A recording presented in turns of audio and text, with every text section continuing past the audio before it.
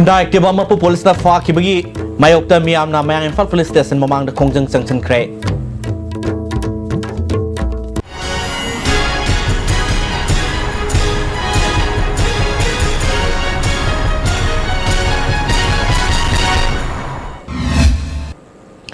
Miyang tabiri basing taram noksubulo na pokson office gari. Saki batang tareta mayang Imphal maibam thongkhong dagi case ibungana Honda Activa ma miyoyom na huran ki haibawauda Miam na fubada miyo ni sikiba madi amana sokiba thodo aduge makha tarakpada pamduba thodo thokpadagi mi asopan namadi lanthum kaya amanga ta thokraba matungda gari mapu case ibungo satkiba ahing nongaida Mayang Imphal Police na fakhre thongadubu yaningdaba phongdoktuna lamdam madungi miamna ibungo condition amati yaudna khudata thadokadabani haina Mayang Imphal Police Station mamangda khongjang sanction khre miamgi irang adu kansilakpadagi police ka sawna mukna thoki irang adu control tonaba honabada police na tear gas sel kya kapada nupi ma sokle kongjang sanction bida yaubi mayang Imphal gi mera paibi single singbi mana phongdorpada athuba matamda condition amata yaudna Honda Activa gi mapu ibungo thadorok trabadi makhata na akan kongjang kya sanction thigani haike bikam ja sawri police na phabi sima karamba condition da mabu puran basi hapani haina phabi bano ma athuba matamda condition amata yaudana mabu thadok biro Masida karigumba thadok pirakta taragadi khwagadi myang mangi prajana horokpa iho khudima Manipur government na khuramba sokapani haina akoi prajana haijagani Amaromda wathosigi matangda Chief Minister na wari sanana ba khangalakpadagi Mayang Imphal Coordinating Club Committee gi mute kangbo ma satkre hari Sahi kya nungsi sanana leminar loba miti pangalama di miti singmarak tabaf tanah tabam ongda lantum kya mangkiba amadi asopan yaukiba si Chief Minister kami bobina mangzauna khanglabasu thabak pangthok tabana pamdo thodo thokibani masigi daita sarkar na pugadabani haina JAC against the damage of properties and seriously injured of Bangungi convener na phongdokre Istv news ka unabada mahana makhatana haikibada nakal animakta baf tanaduna Waroisin purakna bamari lainaba singna honaminasi Sokliba amadi sikimom khoi ahummak mairui ngaktani makhoina gari huralami hairiba sigi sabsaba praman puthokpa ngamdre thokiba pamdaba thodo aduda maitei pangal singi oina lupa lakh 9 ronggi polom sing mangkhi Chief Minister amadi lamdam asida leiriba lanai lup singna kangluf ani marakta waroisin purakna honabiu masida JAC na mapungphana sawutkani hairi the mi wo ta sang hatung hat bai ba se ma chi to bi gno hai ba potuni ko na mayam da thamjani ba ma chi adu ga irang atop atop da sagalip se ma chi sagat bi gno yam na shanti wona wari sanana ga aro athu bu da lo chenna ba ga mena ma chi purong no hona ga damni du ga maru na government chi hojik leiri ba government china thausa da boin toi ma chi thausa da ba oina sum chathra ga di yam na awa ba I both side and Mukdawa Naganabashi, Masiam Shengwani, government Zina, Miat do pardon labor say, Masi Koya Zaninde, a two with that Pana Bahona She Koya Pamani, Karima Para with the Kanagumuga, Yaknabalero, a Koy Ladyba, Chino Chinche, Queen Chichan Minagani, part of reading the Koy Koshon Obani, Maru and a Koy and that Ladyba, MLA ministers in China, Koy. Support to Honimudu, Kitang light when Ubo in a Toy, Masidang Koi Pun Pinjade, Madin to Shena, Koi Midasing the Ponduk Charivan. Todo da amangata thokraba madi mai sakraba dukan mapu singi damakta local MLA oriba education minister na miyang amata sangde haina penda ba phongtorok le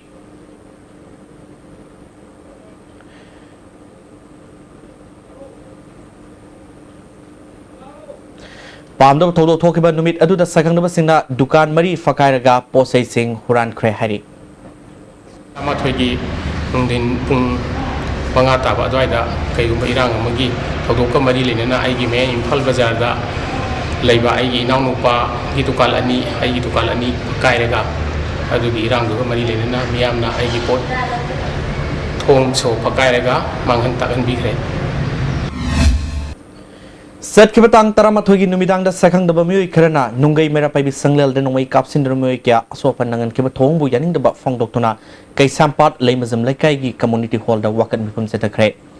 nungai mera paibi nupillo famadi thodo du gi matang sem kiba JAC na sinu setaki ba wakan mifum du gi matang da nungai mera paibi gi secretary Santina thodo du senaba miyoi singa thuba matam da fa du sirak pi ga dabani mafamadu da police outpost ama thamna na ba sarkar thabak paikalu haike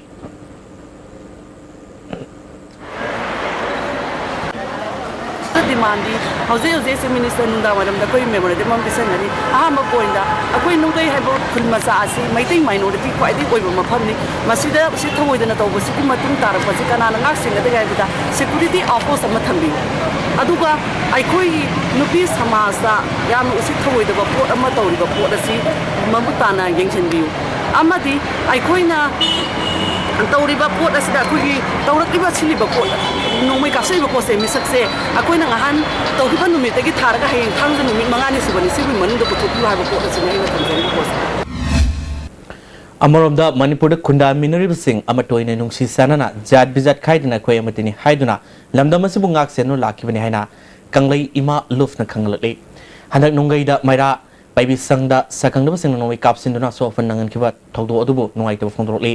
असोबसिंग RIMS hospital द पुखलकपदा doctor सिंगना निंगथिना लायंखिदब थोंग अदुबुसु पेनदब फोंदरोले हौजि पावि मरकथना तेन ब्रेक अमतंगमनिसे अदुम करीगुंबा अवाबसिंग असि मायुंगनबा थोकलबा मरोय मरंग यामने यावबा चुंजाक चाबा मपालदा तोइने चाबा लिवरदा अकाइबा लाक्लबा नत्रगा लिवरगी मपानगन छोंथरकपा तारबसु करीशु वानिंगाई लेट्रे लिफ्साफ सिरप सिजनबियु अदुमगी अवाबा पुनमक कोकनबगी पाम्बैनी डायबिटिक न नारबा अनाबसिंगनसु सिजनबा यारबा लिफ्साफ कैप्सूल शु फंगबिगनी लिफ्साफ सिरप अमदी लिफ्साफ कैप्सूल नारगै लायंगबबुदी नारजिंगाइदा सक्सेल होबना हेना फै Imphal East West amasung Bishnupur district ki oina Manipur government ki regular employees sing da service loan lobi khudong chaba pizari athuba matam da amadi araiba mong da lobi ba yagani enna akupa marol gi dama contact w Imphal Finance Cooperative Thrift and Credit Society Limited head office Loklaubung branch offices Pauna International Market and Bishnupur Bazaar Bishnupur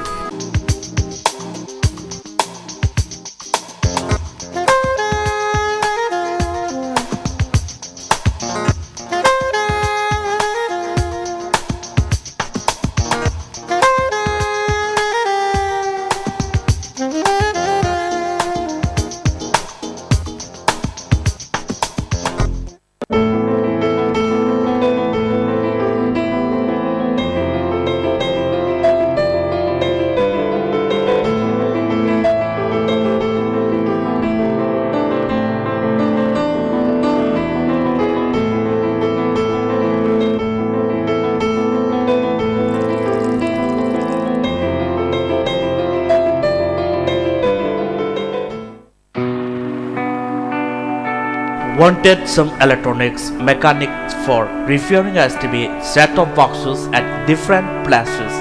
Bishnupur, Thobal, Kangpokpi, Imphal West,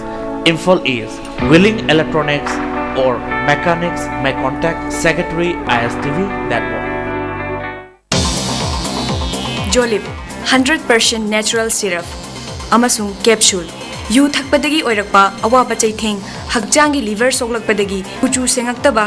haksang soktharakpa tumba chaba yaraktaba khong hamba nungaraktaba singbu phanba ngamba amata ngairaba upaidi jolip syrup amasung capsule diabetes singidamakta jolip capsule chabiu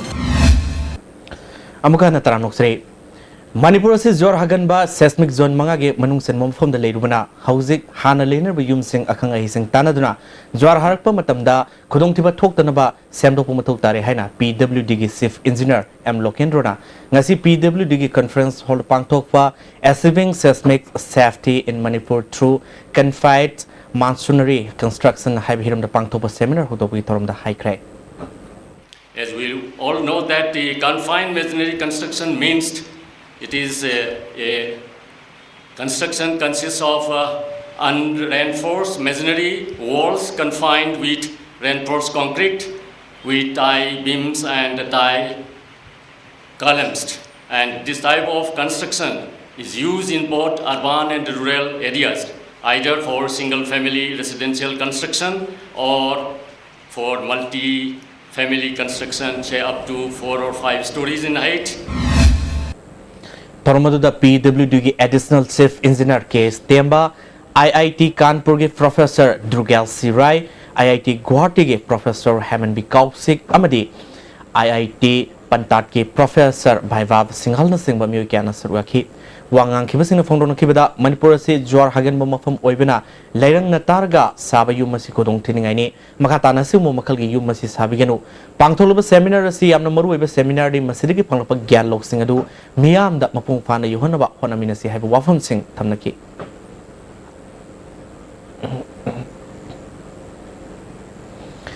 Imphal City Makada Leba, Angalwadi helper Amadi, Wakor Singi Honorary Matam Sana Pitokta Amadi, SNP Matam Sana P the Bubu Yaning of Fong Doctuna, Kuatong the Leba Imapan Toibi, Ipanopong to Sangal the Wakat Mipum Chatakre.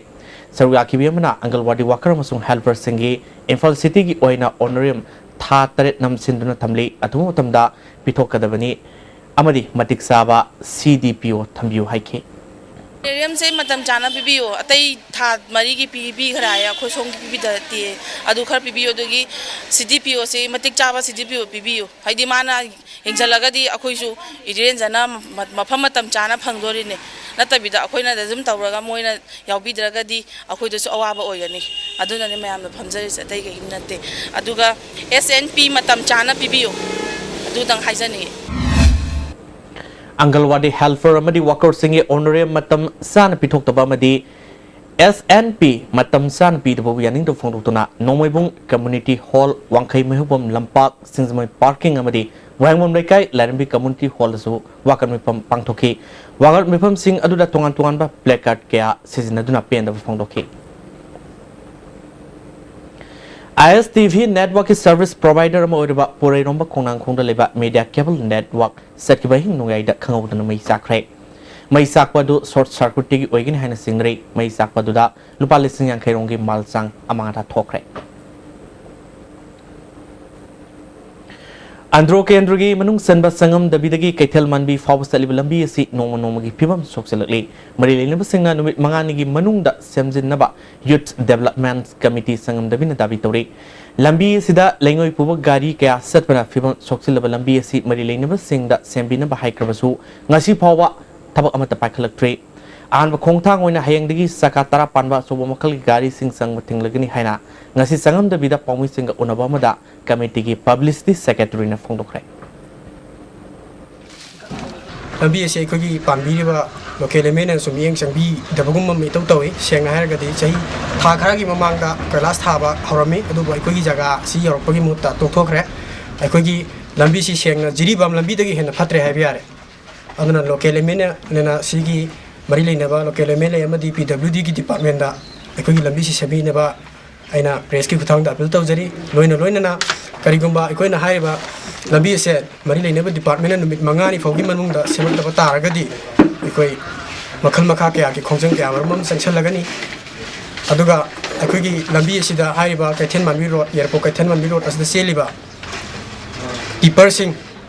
the HBS ki tipper mamam yauri sungma tipper sing si yaraga de heng da ki chenbi dena ba ai press ki kutang da club ki mo chenjaraga I thamjage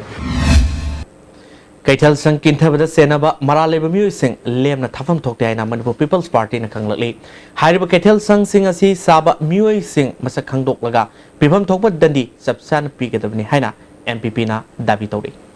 Jose Mukustona Atimba Bremerton Lominese. Unique Education Admission Open 3 months SA1 Foundation course for CBSE Class 9 and 10 5 months Foundation course for CBSE Class 11 and 12 Science Vacation course for Navodaya, Scenic and Outsiders CBSE school students 3 months Advanced course for CBSE Class 11 Science Girls Hostel at the same block Manipur gi ahanba beautification center mafam sida mahing uring unsa khoiba ariba dakfam phahan bangami tattoo mole freckle na jingbasu lauthokpa yai hakjang gi ahenba fat pamdaba body gi hair lauthokpa yai ngasi mag unabiu Dr. Madhubala Laser Beauty Clinic MZ Avenue Imphal. Delightful cupcakes with creamy vanilla filling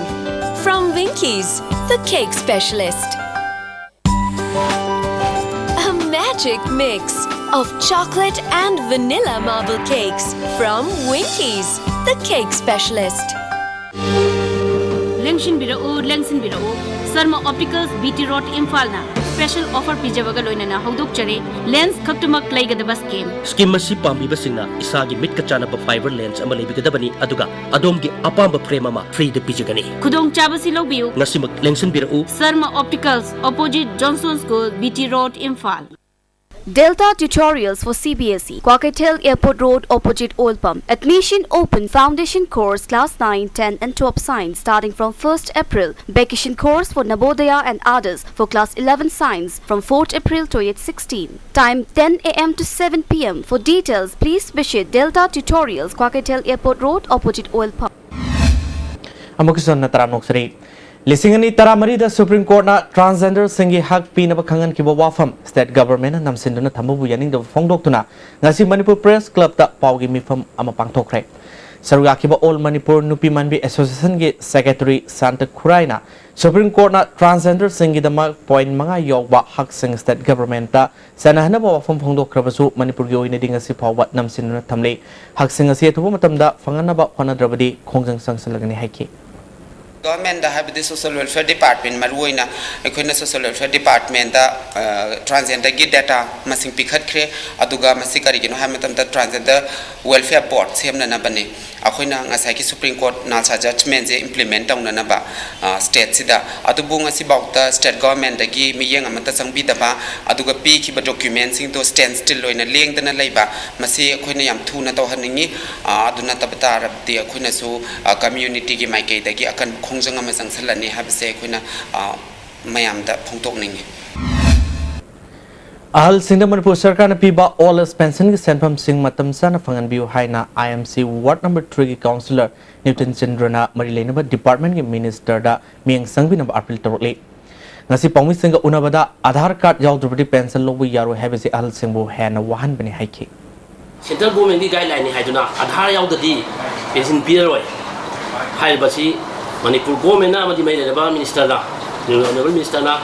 laba laba ki mapi ba wai honorable minister na ngasi thuta miyeng sangbi haraga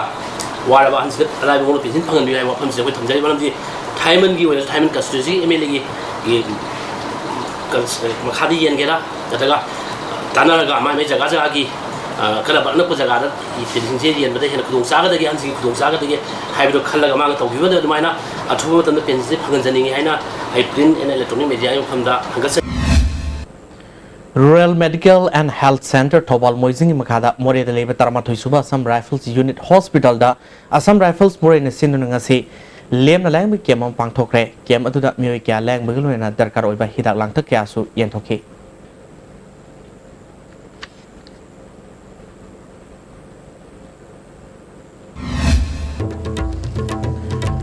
Honda Activa Mapu Police na Faki Bagi Mayokta Miam na Mayan Fall Police Station Mamang the Kongjang Sanction Crate.